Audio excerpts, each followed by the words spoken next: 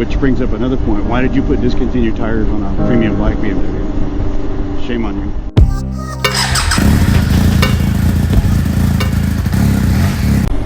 Left-hand bar. Up here we've got cruise control. Push it over to turn it on. You see the red indicator right next to the mile per hour shows up. Set it by pushing forward on this tab. You can also press and hold or tap that tab to increase your speed, or pull back to decrease your speed.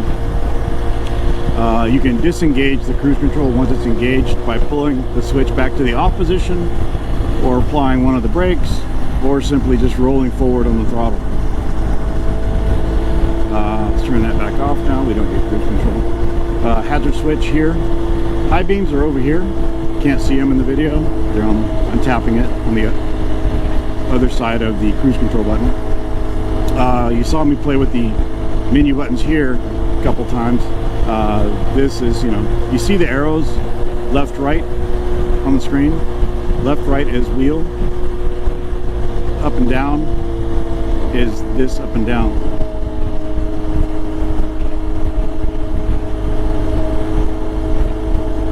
So let's go over here. Telephone. We didn't talk about that earlier. I don't have a cell signal right now, so I can't make a call. But anyway, that's where I can make a call. Hands-free right there. Just scroll through my contacts or recent calls, pick one and go. If you do a long press on this up-down wheel or up-down button here, it takes you right back to the primary display. And while we're down there, let's go over to the bike. You can see the bike settings are grayed out. You can't adjust those while you're moving. Go all the way over to my vehicle, and you can get some status on things. Looks like everything's green. I think the oil will not indicate okay unless you're sitting still and the bike's idling for a few seconds. I forget what the time is. It does work. I've tried it. So there's some dancing going on right here because this pavement's pretty bad. If I'm in this menu and I go right one more, onboard trip computer for settings on all there's two levels, right? Trip 1, trip 2, mile per hour 1, 2, there's like a million of them, I think 13. But anyway, so this is where you would reset everything. If you just go down from this menu, your option is to reset all values, reset individual values. And I'm not going to reset anything, and then here's trip 2. And what's one more? What do we get? Tire pressure. And there's that. So let's go back to the main menu, the main instrument panel. Since tire pressure popped up, let's just look at it right now. I'm getting 48 miles per gallon. See, I'm scrolling through options here. You can control what options you see here. And I think all of them are enabled by default, so you're gonna have to get rid of the ones you don't want to see, because you can't scroll back, you can only scroll forward. So if I accidentally go past miles per gallon and that's the one I want to see, I've got to scroll forward 13 times to get back to miles per hour or miles per gallon. So I'm down to 5, I think. I don't need the bike to tell me when I need to take a coffee break, so that's kind of weird. It's a timer, little coffee cup next to it, Bizarrio. So anyway, there's my tire pressure right now. Because these tires are so funky, I've played with various tire pressures. I've had the rear tire down to 38 and the front tire down to 32, and then back up in increments of 1 psi. Nothing helps. The bike felt a little sloppier at the lower psi settings, so the recommended higher psi settings seem to work better with these tires. By the way, these tires work great on perfect asphalt. I mean, and they should, right? Ball tires work great on perfect asphalt, so whatever. But if your pressure's low, even on perfect asphalt with these Karoo 3s, it starts getting a little weird. You can feel that the pressure is actually low. So we're getting ready to hit some perfect pavement here, right here. And so now the tires will calm down and everything's perfect. So anyway, yeah, that's the PSI I'm running right now. That's the PSI that works best, and which is really close, if not the recommended PSI from BMW.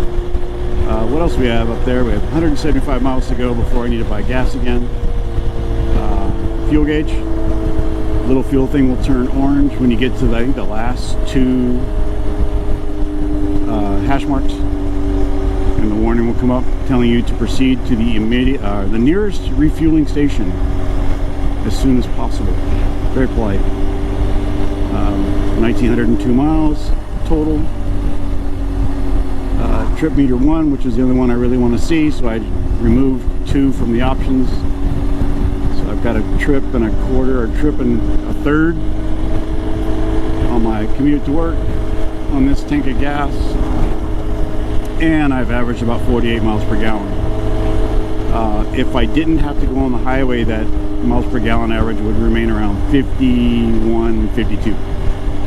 As soon as you crack the throttle and go over 65 miles an hour, it drops off pretty rapidly. Let's see. What's with all that truck traffic today? So that is what you, well, there's switches for turn signals and switches for the horn, or a switch for the horn. I don't know that we need to demo those. The turn signal switch, the feel of it, it just, I don't know. There's no feedback. Like, I bumped it there, and now the turn signal's on, I click it off. The clicking off feels great, but enabling the turn signal, yeah, I don't know. It's not all that great. There's no feedback at all. You don't know that you've actually turned the turn signal on, and it's not the gloves, because I've done it with my light mesh winter glove, or summer gloves. It just doesn't have any click feel to it, which kind of sucks. This other, next to the up-down menu button, the other one is the traction control and the suspension setting, manual suspension settings. Yay, traffic. Smells like someone squished a skunk.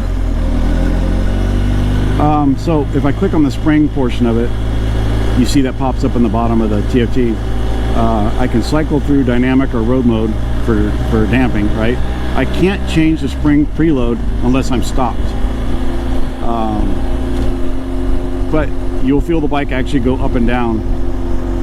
And it goes up and down quite a bit, actually. So if you are tiptoeing on max spring preload, you can pop it into minimum.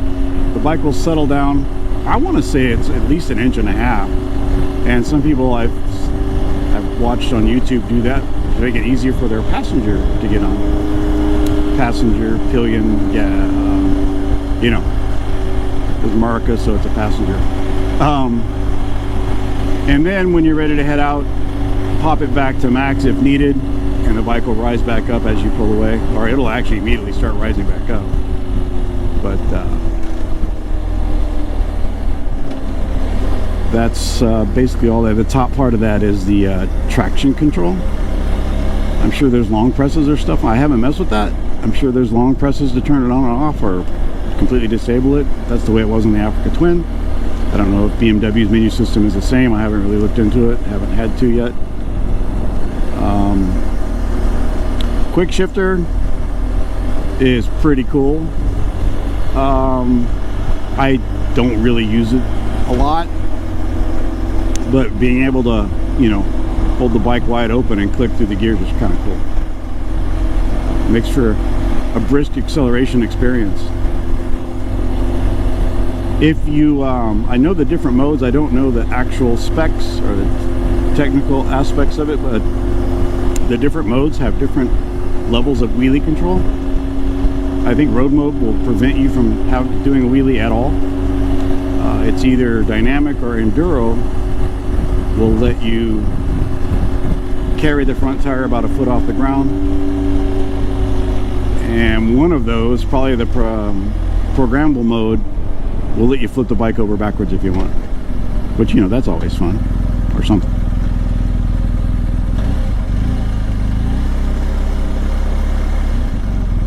This highway's littered with things like that.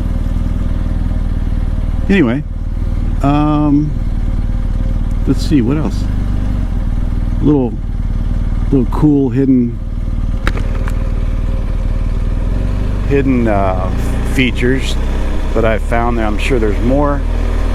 when you power the bike off, if you hold the left turn signal to the left, it'll turn on the front turn signal parking lights and the tail light, which is kind of cool. If you had to leave your bike somewhere and it was dark for 10-15 minutes, I'm sure the battery power is more than adequate to power those 3 little light LEDs for a few minutes. And another thing you can do is, if your bike is running and you shut it off, you hold the high beam button and it'll illuminate the headlight for 1 minute and then shut everything down. So you could turn that on if you needed some time to find your keys, open your door, yada yada. Yeah, I just yada you. And then it'll shut the headlight off. The hazards, if you enable the hazards and then turn off the bike, the hazard will stay on. Another option. That's kind of cool. I don't know the Japanese bikes do that. What is this rain stuff? Mostly mist. Anyway, let me shut my visor. Okay. Back in the closet with you guys. Things I've added to the bike. I like GV products, or Givy, whatever you want to call it, whatever makes you happy.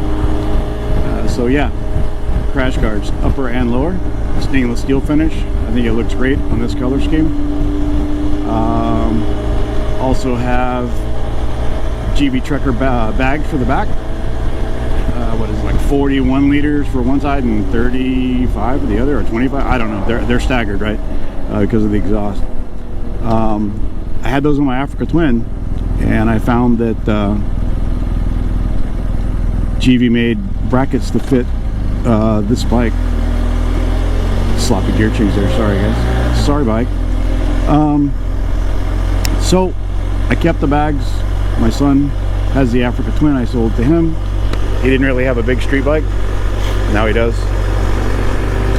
He has a KTM 500 EXE, which is a street legal dirt bike, but he isn't too impressed with that bike on the highway, and he has to do a little bit of highway riding to get to work. So I sold him the Africa Twin very cheap.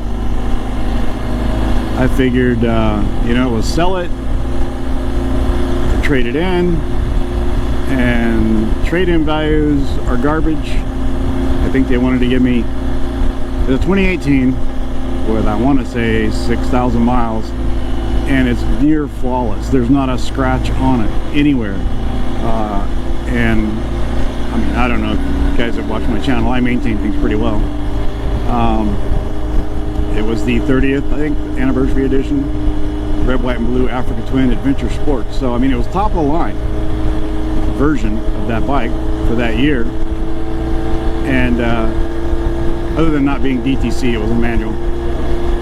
I actually kind of wish I would have got a DTT. No one wanted them back then, so they were discounted, and I should have bought one. They ended up being actually a pretty good transmission. But anyway, yeah, they wanted to give me between $600 and $6,500 for it. I was like, yeah, right, go pound sand. And I sold it to my son. So, would I buy this bike again? Absolutely. But would I buy a GSA instead? Absolutely.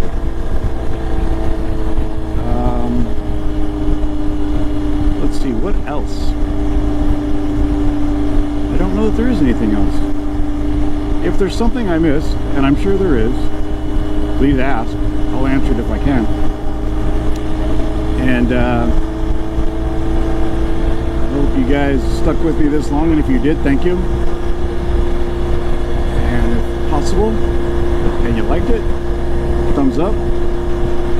If you didn't like it, please tell me why. I know some of my videos tend to be long, but I've been getting better about making them shorter, trying. It's hard, you get a lot of information you want to put out there, especially on a ride like this. There's a lot to talk about. So anyway, I'll catch you guys out there, and ride safe.